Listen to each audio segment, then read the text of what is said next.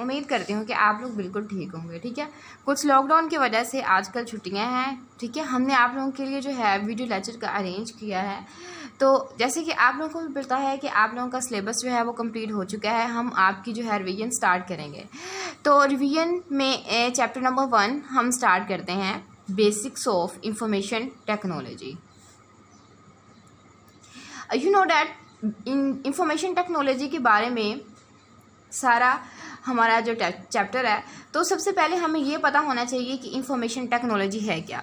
देखने के लिए इंफॉर्मेशन एंड टेक्नोलॉजी आपके पास 2 वर्ड्स हैं। ठीक है, इंफॉर्मेशन टेक्नोलॉजी की बदौलत दुनिया जो है वो ग्लोबल विलेज जो है वो बन चुकी है। ठीक है, ग्लोबल विलेज से मुराद यहाँ पर हम ये लेते हैं कि एक विलेज की तरह, ठीक है, इकट्ठे, ठीक है, पास रहना, करीब तर, मतलब कि हम इतना दूर दूर रहते हुए भी जो है हम आपस में करीब तर महसूस करते हैं। हम यहाँ से बैठे किसी भी मुल्क में क्या कर सकते हैं, डाटा जी या इंफॉर्मेशन क्या कर सकते हैं, हम शेयर कर सकते हैं या रिसीव कर सकते हैं। और इंफॉर्मेशन टेक्नोलॉजी जो है बेसिकली कम्युनिकेशन का एक ज़रिया है। ठीक है, हम जो है इंफॉर्मेशन टेक्नोलॉजी से कम्युनिकेट कर सकते हैं। इसके अलावा मज़ीद हम इसके बारे में डिस्कस करेंगे इंफॉर्मेशन टेक्नोलॉजी के बारे में। ठीक है,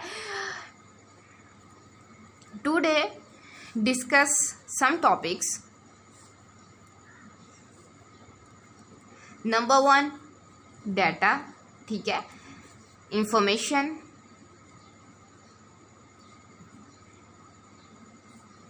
एंड नंबर 3 है डाटा प्रोसेसिंग,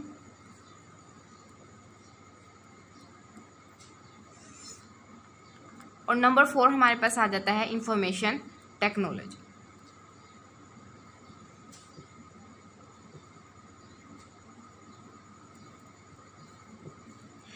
नंबर 1 पे हम डिस्कस करते हैं डाटा, कि डाटा हमारे पास है क्या। ठीक है, डाटा क्या है, हम कहते हैं कि जो हमारे पास रॉ फैक्ट्स एंड फिगर्स होते हैं, ठीक है, वो हमारे पास क्या है, डाटा है। ठीक है, रॉ फैक्ट एंड फिगर से मुराद है कि आपके पास कोई भी खाम मटेरियल जो है, यानी कि raw fact and figures related to an object.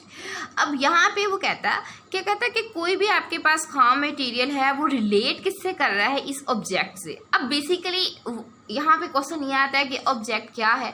तो ऑब्जेक्ट आपके पास कोई भी पर्सन हो सकता है, ठीक है, वो स्टूडेंट्स भी हो सकता है, कोई ऑर्गेनाइजेशन भी आपके पास हो सकती है। तो ये आपके पास जो है वो ऑब्जेक्ट है। ठीक है, तो अब स्टूडेंट से, पर्सन से मुतालिक कोई भी डाटा होगा, स्टूडेंट से रिलेटेड कोई भी इंफॉर्मेशन होगी, या ऑर्गेनाइजेशन से रिलेटेड कोई भी इंफॉर्मेशन होगी। For example raw fact and figure से मुराद आपके पास डाटा जो है वो नंबर्स की फॉर्म में भी हो सकता है। ठीक है, 0 to 9 नंबर हो सकते हैं। डाटा जो है आपका टेक्स्ट के फॉर्म में हो सकता है। टेक्स्ट के फॉर्म में स्टूडेंट्स के नेम आ जाते हैं आपके पास यहाँ पर।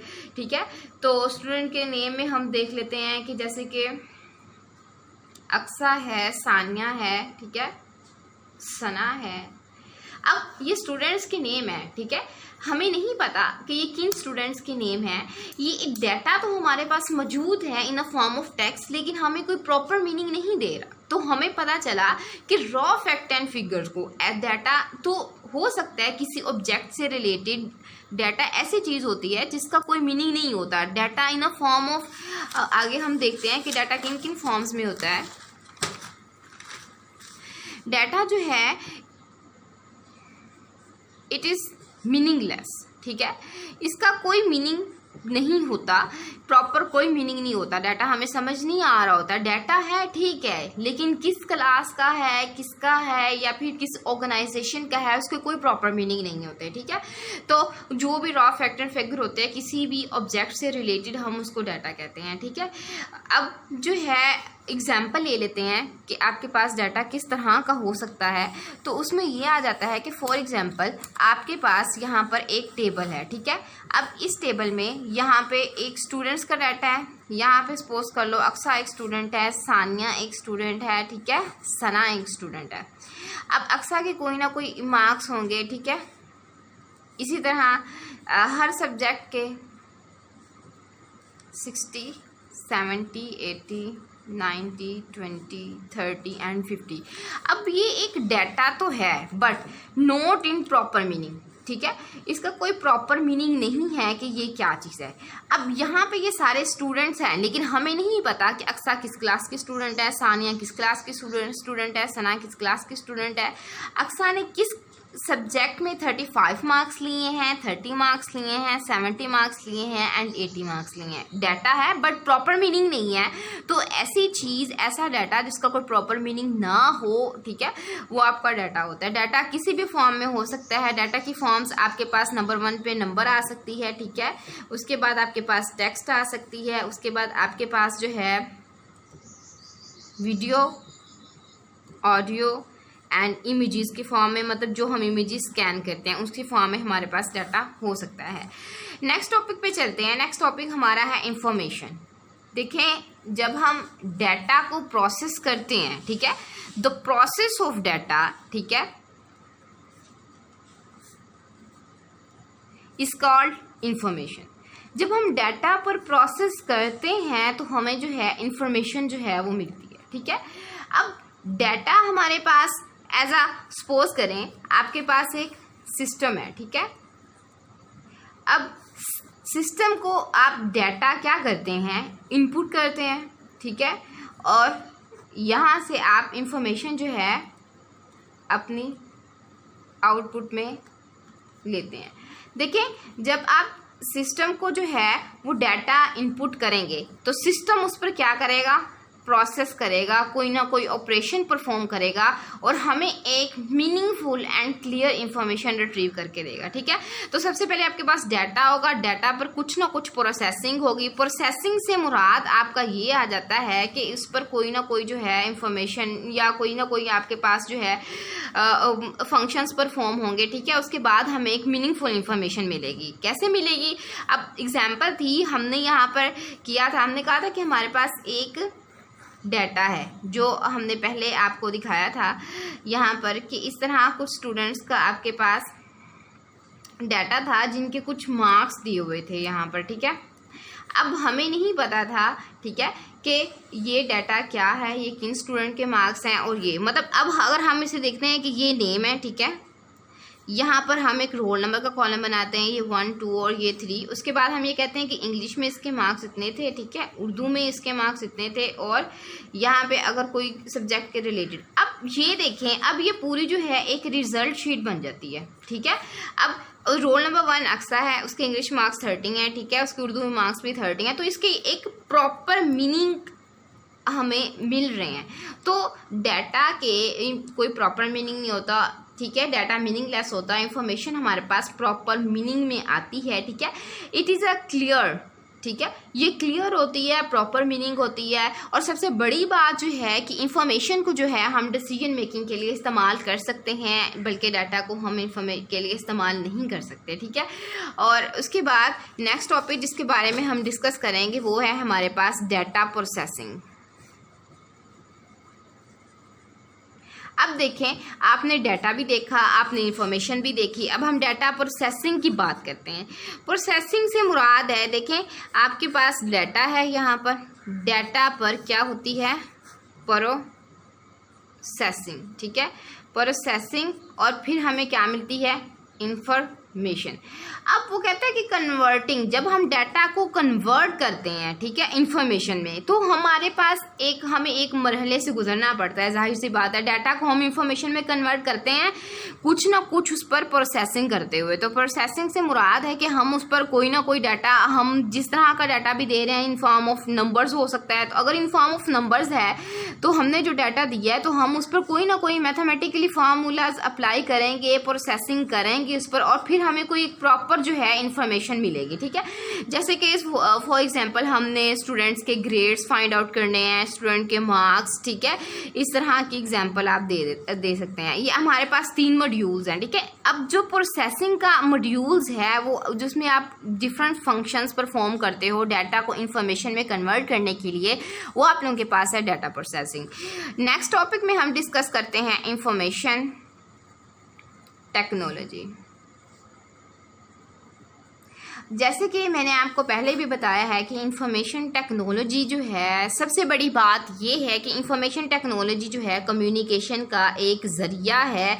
हम जो है इंफॉर्मेशन टेक्नोलॉजी की वजह से जो डाटा है सेंड या रिसीव जो है कर सकते हैं, शेयर कर सकते हैं एक जगह से दूसरी जगह, ठीक है। उसके बाद इंफॉर्मेशन टेक्नोलॉजी की ही वजह से, ठीक है, अगर आपने देखा हो तो आजकल जो है इंफॉर्मेशन टेक्नोलॉजी की बहुत अहमियत है हमारी रियल लाइफ में। हम मोबाइल्स यूज़ करते हैं, हम लैपटॉप्स कंप्यूटर यूज़ करते हैं। इसके अलावा आप हर फील्ड में देखें, अब वो कहते हैं कि इंफॉर्मेशन टेक्नोलॉजी यूज होती है किसके लिए? प्रोसेसिंग के लिए, ठीक है। उसके बाद स्टोरिंग के लिए, स्टोर किया जा सकता है, ठीक है, और कम्युनिकेशन के लिए। अब प्रोसेसिंग से यहाँ मुराद क्या है कि हम डिफरेंट फील्ड में, ठीक है, हम यहाँ पर क्या कर सकते हैं, इंफॉर्मेशन टेक्नोलॉजी जो है इस्तेमाल कर सकते हैं। सपोज वो मेडिकल फील्ड हो या हो सकता है उसके अलावा जो है आप लोगों के पास मेडिकल फील्ड के बाद जो है वो नादर ऑफिस हो या फिर कोई ऑर्गेनाइजेशन हो सकती है। हर ऑर्गेनाइजेशन में हम इंफॉर्मेशन टेक्नोलॉजी का इस्तेमाल करते हुए प्रोसेसिंग कर सकते हैं। अगर आप एग्जांपल लें तो नंबर फर्स्ट पे हमारे पास कंप्यूटर था, ठीक है। कंप्यूटर जो है वो लफ्ज़ जो है आपका किससे निकला है? कंप्यूट से। और कंप्यूट का मतलब है कैलकुलेशन करना या किसी भी चीज़ को कैलकुलेट करना, ठीक है। अब इससे मुराद आपके पास ये आ जाता है कि आप फर्स्ट में जो आपके पास कंप्यूटर बना था कैलकुलेशन के लिए बना था। आपको पता है कि फर्स्ट कंप्यूटर में वैक्यूम ट्यूब यूज़ होती थी, फिर ट्रांजिस्टर इस्तेमाल होते थे, उसके बाद इंटीग्रेटेड सर्किट इस्तेमाल होते हैं। नाउ अब जो है हम जो है लैपटॉप कंप्यूटर इस्तेमाल कर रहे हैं, मिनी कंप्यूटर इस्तेमाल कर लेते हैं। तो ये सारा इंफॉर्मेशन टेक्नोलॉजी की बदौलत ही इन्हांसमेंट हुई है कि इंफॉर्मेशन टेक्नोलॉजी की बदौलत हम हमें ऐसा लगता है कि हम एक जगह बैठे हुए हैं, बहरहाल हम होते बहुत दूसरे ममालिक में दूर हैं। हम अपनी इंफॉर्मेशन एक जगह से दूसरी जगह सेंड कर सकते हैं। डिफरेंट फील्ड्स में इंफॉर्मेशन टेक्नोलॉजी इस्तेमाल हो रही है। कम्युनिकेशन के लिए हम इंफॉर्मेशन टेक्नोलॉजी का इस्तेमाल कर रहे हैं। आपको पता होगा तो जब पहला दौर था तो सिर्फ हमारे पास जो है टेलीफोन ही एक वह ज़रिया था कम्युनिकेट करने का। लेकिन अगर आप अब देखें तो अब जो है हमारे पास जो है फैक्स मशीन आ गई हैं, ठीक है, एक जगह से दूसरी जगह ईमेल्स हैं। उसके अलावा और बहुत सारी ऐसी चीज़ें हैं जिससे हम जो है कम्युनिकेट कर सकते हैं, ठीक है, एक जगह से दूसरी जगह। उसके अलावा हमारे पास नेक्स्ट टॉपिक, इसका आखिरी टॉपिक है जो आज हमारा, ठीक है, वो है डिजिटल कन्वर्जेंस, ठीक है। अब डिजिटल से मुराद ये है कि 0 और 1 की फॉर्म में जो डाटा आपका हो सकता है। कन्वर्जेंस मतलब एक फन कि देखो ना, डिफरेंट इंडस्ट्रीज, इस टॉपिक में हम ये कहते हैं कि डिफरेंट इंडस्ट्रीज, ठीक है, या फिर आपके पास जो इंस्टीट्यूट्स हैं, हम क्या करते हैं इन दोनों को आपस में क्या कर देते हैं, लिंक कर देते हैं ईच अदर, ताकि ये आपस में अपनी इंफॉर्मेशन जो है वो शेयर कर सकें या रिसीव कर सकते हैं।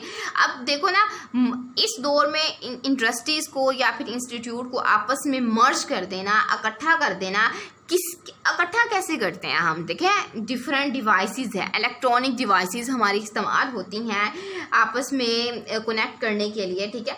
तो उसके ज़रिए आपस में डिफरेंट इंडस्ट्रीज़ को, इंस्टीट्यूट्स को, ऑर्गेनाइजेशन को मर्ज कर देना, ताकि ये तमाम ऑर्गेनाइजेशन, इंस्टीट्यूट अपनी इंफॉर्मेशन को आपस में शेयर कर सकें। तो ये हमारे पास जो है डिजिटल कन्वर्जेंस में आ जाता है। आज के लिए इतना काफ़ी है टुडे। अब टुमारो हम डिस्कस करेंगे next topic, modern scenario of information technology, and इससे नेक्स्ट क्वेश्चन। ओके, अल्लाह।